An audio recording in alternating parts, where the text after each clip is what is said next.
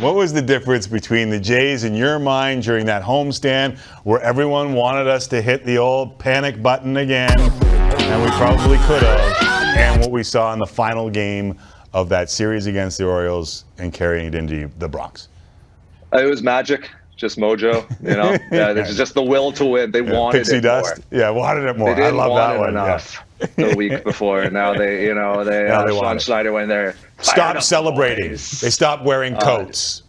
Yeah, that was exactly. No more bling. It was starting pitching, right? That's what it had to be. It's funny when you pitch well with a good rotation, all of a sudden things look a lot better. It doesn't matter if you only score 4 or 5 runs because you're not allowing that many. So I know that we're watching Jordan Romano right here, right now, but I really think it was the work that guys like Kevin Gausman and Alek Manoah did. There's Kevin Gausman, and even Mitch White. I mean, he only went 4 innings, but really he did his job, right? Like he kept the Yankees neutralized, and he didn't let things get out of hand, and then handed things over to a bullpen that has low-key, very quietly been spectacular for about 4 to 6 weeks now. So to me, it was starting pitching in the Bronx is the thing that really turned things around for the Blue Jays. You know, it's kind of funny because you look at the start of the season and listen, it wasn't you or me. It was almost everyone across national media in the U.S., here in Canada, was talking about the Jays rotation and how good it could be.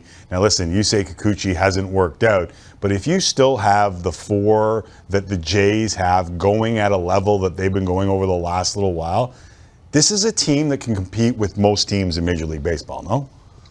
Yeah, and the flux point there is really Jose Barrios. Are the Blue Jays going to get the Barrios that they got in the Bronx, who was spectacular and who looked like the old guy again, or are they going to get the Barrios who regresses after finally having a strong outing, as we've seen several times this year? It was interesting to see him doing different things with his hands, with his glove, with his setup.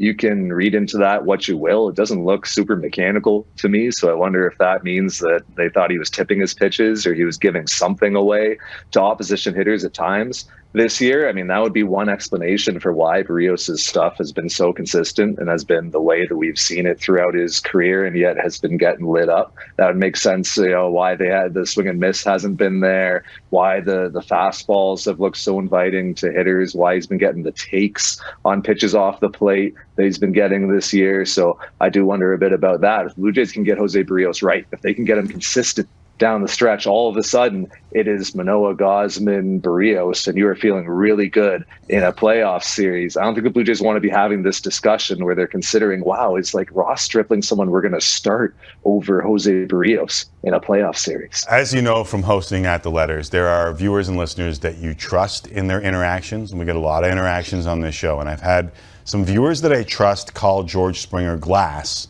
and others that I trust say, stop listening to the faceless folks on Twitter. They aren't real. What's your take on what's gone on with George Springer over the last little while?